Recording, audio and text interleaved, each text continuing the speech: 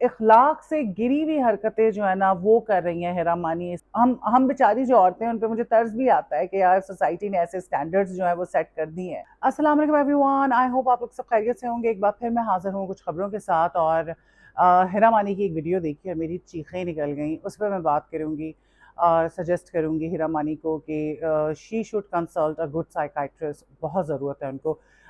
हमारी बहुत प्यारी एक्ट्रेस मायरा खान जो है उनका भी रिसेंटली हमने देखा, उन्होंने इतनी अच्छी कुछ बातें की हैं कि मैं हैरान रह गई। उसके बारे में मैं बात करूँगी। और अज़मा बुखारी ने फिल्म इंडस्ट्री के हवाले से कुछ बातें की हैं, उस पर हम बात करेंगे। सबसे पहले तो हम बात कर लेते हैं हेरा मानी की। हेरा मानी कुलाटियाँ मार रही हैं, तड़प रही हैं, बेचैन हैं, बिस्तर जो है वो तोड़ रही हैं। हमने उनकी भी रील देखी, आप ये रील देखें। मतलब आप मुझे बताएं कि आपने देखा है कि किसी हॉलीवुड की या बॉलीवुड की सेलिब्रिटीज़ को इस तरह की वाहियात और फजूल की हरकतें करते हुए? क्या ये चीज़ें जचती हैं हेरा पे या किसी भी एक्ट्रेस पे या किसी भी औरत पे? मतलब कुछ दिन पहले मैं एक और पिक्चर देख रही थी, तस्वीरें डाली हुई थी और अजीब व गरीब शक्लें बना रही थी, अजीब से एक्सप्रेशंस। मेरी समझ से बाहर है कि हेरा मानी के साथ क्या प्रॉब्लम है, हम बहुत दफ़ा डिस्कस कर चुके हैं।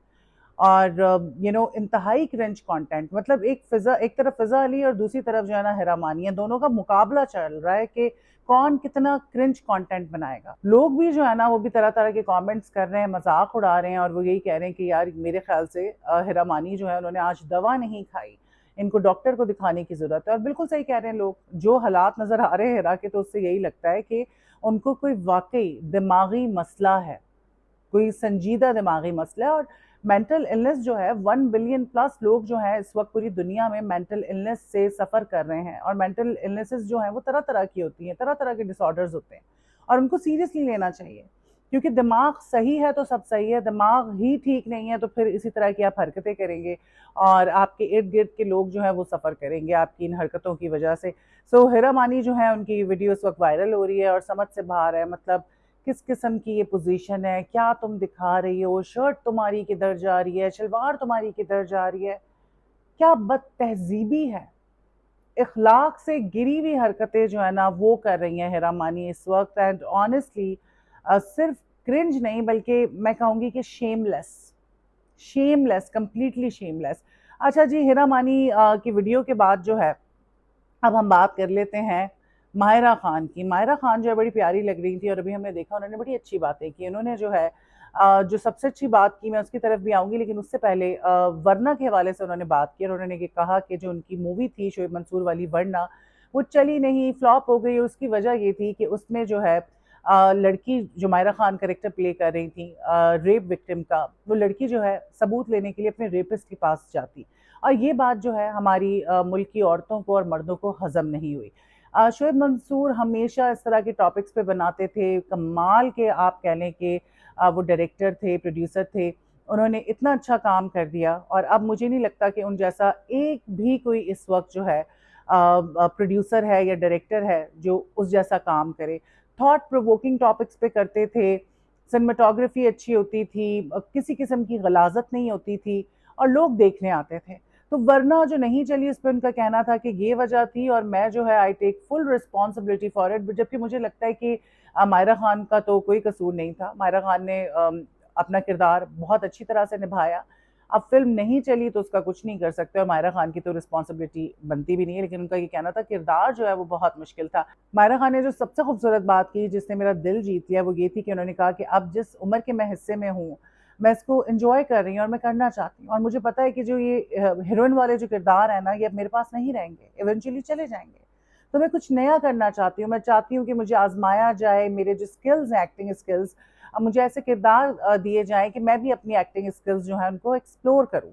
बड़ी ही खूबसूरत लगी मुझे ये बात। साथ साथ मायरा खान ने कहा कि उम्र का जो हर हिस्सा होता है उसकी अपनी एक खूबसूरती होती है और ग्लैमर और ब्यूटी जो है उसने मुझे पहले भी अफेक्ट नहीं किया और अभी भी मुझे वो अफेक्ट नहीं करती। हाँ, कभी कभी ये होता है कि पुरानी तस्वीरें हम देखते हैं और हम कहते हैं कि यार देखो जवानी के दिन थे, कितना एंजॉय करते थे। सो इस तरह की उन्होंने बात की और ऑनेस्टली दिल जीत लिया। बड़ा मुश्किल होता है इस चीज़ को एक्सेप्ट करना कि अब आपके पास टाइम कम है, आपकी उम्र बढ़ चुकी है। औरतें जो है ना हमारे मुल्क में, पूरी दुनिया में औरतों बेचारियों पे तो इतना प्रेशर होता है ना, उनको ये बता दिया गया है कि भाई तुम जवान रहोगी, रहोगी तो तुम खूबसूरत हो, तुम्हें एक्सेप्ट किया जाएगा। लेकिन जैसे जैसे तुम्हारी यू नो उम्र बढ़ेगी, बुढ़ापा आएगा तो तुम्हारी कोई वर्थ नहीं रहेगी, तुम वर्थलेस हो जाओगी। ये एक माइंडसेट है, इसका कुछ नहीं कर सकते। औरतों पे हम बेचारी जो औरतें हैं उन पे मुझे तर्ज भी आता है कि यार सोसाइटी ने ऐसे स्टैंडर्ड्स जो है वो सेट कर दिए हैं। तभी होता है कि हम अच्छे दिखें, हम प्यारे दिखें, हम अच्छा पहने, और फिर औरतें जो है अब जाके ये हो गया कि ट्रीटमेंट्स करा रही होती हैं, क्या कुछ करा रही होती हैं, just to fit in, just to look good. अच्छे दिखेंगे तो हमारी कदर होगी। और ये बहुत ही सैड रियलिटी है जिससे हम मुंह नहीं फेर सकते, और इसका हम कुछ कर भी नहीं सकते। एजुकेट कर सकते हैं लेकिन मुझे नहीं लगता कि इस चीज़ का कोई फ़ायदा होगा। एक माइंडसेट जो है ना वो बन चुका है, वो चेंज होता नज़र नहीं आ रहा है। अच्छा, ये बात की। उसके बाद फ़हाद मुस्तफ़ा जो हैं भाई, वो अज़मा बुखारी साहिबा से, पंजाब हुकूमत से ये रिक्वेस्ट कर रहे हैं कि काइंडली हमारी जो फ़िल्म है उसकी स्क्रीनिंग टाइमिंग जो है उसको बढ़ा दिया जाए। ज़ॉम्बी जो है वो बहुत अच्छा बिज़नेस कर रही है, 25 करोड़ से ऊपर वो कर चुकी है बिज़नेस, और बाकी जो फ़िल्में थी वो उतर चुकी हैं। साइको बहुत थर्ड क्लास फ़िल्म थी, और उसके बाद जो है फरहान सईद की जो लव दी सॉ आई थी वो भी बहुत बुरी फ़िल्म थी। तो उनका बड़ा बुरा फ़ीडबैक आ रहा है, और वो आते ही फ़िल्में उतर गईं, व्हिच इज़ वेरी सैड। अच्छा काम नहीं करेंगे तो यही होगा, कौन देखने के लिए आएगा।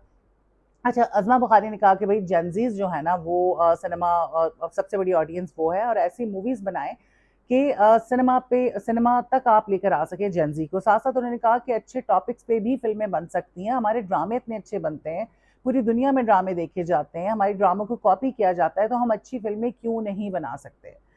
ये वाक़ई एक वैलिड पॉइंट है, और इस पे हम भी बात कर रहे होते हैं। दूसरी तरफ अनमोल पिंकी के हवाले से उन्होंने बात की, क्योंकि इस वक़्त खबरें हैं कि जी जियो एंटरटेनमेंट पे अब्दुल्ला कादवानी की हम प्रोडक्शन देखेंगे, अनमोल पिंकी या पिंकी के नाम से, जो कि ड्रग क्वीन थी, और सबा कमर उस कैरेक्टर को प्ले करेंगी। अच्छा, उसके हवाले से उन्होंने कहा कि इस पे फ़िल्म बननी चाहिए थी। अच्छा, मैं यहाँ पे ये भी बात करूँगी कि मैंने भी उसका आपके साथ शेयर किया पिछली वीडियो में कि ये ड्रामा आने वाला है और सबा कमर करेंगी तो कितना अच्छा करेंगी। तो लोग जो है इस पे बड़ा एतराज़ कर रहे हैं कि जी इस पे ड्रामा ना बनाएं आप, ये भी कोई टॉपिक है, ड्रग क्वीन पे ड्रामा बनेगा। यार आप देखें वो शोज जिनकी 9 रेटिंग है, क्वीन ऑफ साउथ हो गई, आपका नार्कोस हो गया, तो कितने जबरदस्त वो शोज थे नेटफ्लिक्स पे, प्राइम पे, देखने वाले वो शोज थे, ओवर द टॉप प्लेटफॉर्म्स पे और भी इस तरह के बहुत सारे शोज हैं। तो क्यों ना बनाएं? देखिए, मैं कहती हूँ बनानी चाहिए, वो इस वजह से कि ऐसे टॉपिक्स पे आप बनाएं जिससे सबक मिले यंगस्टर्स को। आप दिखाएं कि अनमोल पिंकी थी, उसका क्या अंजाम हुआ, किस तरह उसने लोगों के घर बर्बाद किए, किस तरह यंगस्टर्स की लाइफ्स गई, क्या क्या नुकसानात हुए, ये जो ड्रग्स करते हैं, नशे करते हैं, इसके क्या आपको जो है नताइज मिल सकते हैं। तो ऐसे टॉपिक्स पे तो बनाना चाहिए। ये तो बड़ा थॉट प्रोवोकिंग टॉपिक है, बिकॉज हमारे माशरे में जितने ड्रग्स हो रहे हैं, हद से ज़्यादा, कितनी ज़िंदगियां चली गई। और ये भी मैं यहाँ पे नाम नहीं लूँगी, लेकिन हमारी एक पॉलिटिशियन है सिंध हुकूमत की, उनकी बेटी की डेथ हुई ड्रग्स करने की वजह से, और उसके बाद जो है अनमोल पिंकी की पकड़ हुई, और अब इस बात को दबा दिया गया है, ज़्यादा उसके बारे में बात नहीं की जा रही है, क्योंकि वही वाली बात है कि बात की जाएगी तो फिर तरह तरह की बातें जो है वो आगे निकलेंगी। सो मुझे लगता है कि बिल्कुल बनना चाहिए इस तरह का ड्रामा, और जो कि सबक आमोज हो। सो आपको क्या लगता है, मुझे कमेंट करके बताएं। अभी फिलहाल जो है यही खबरें थी, और इंशाल्लाह फिर मुलाकात होगी। मैं जल्दी जल्दी में थी, तो मैंने कहा लेकिन ये कुछ चीज़ें हैं जिनके बारे में बात करूं, बिकॉज और बहुत सारी चीज़ें जमा हो चुकी हैं। इंशाल्लाह उस पर मैं कल बात करूंगी। फिर मिलते हैं, अपना ढेरों ख्याल रखें, अल्लाह हाफिज़।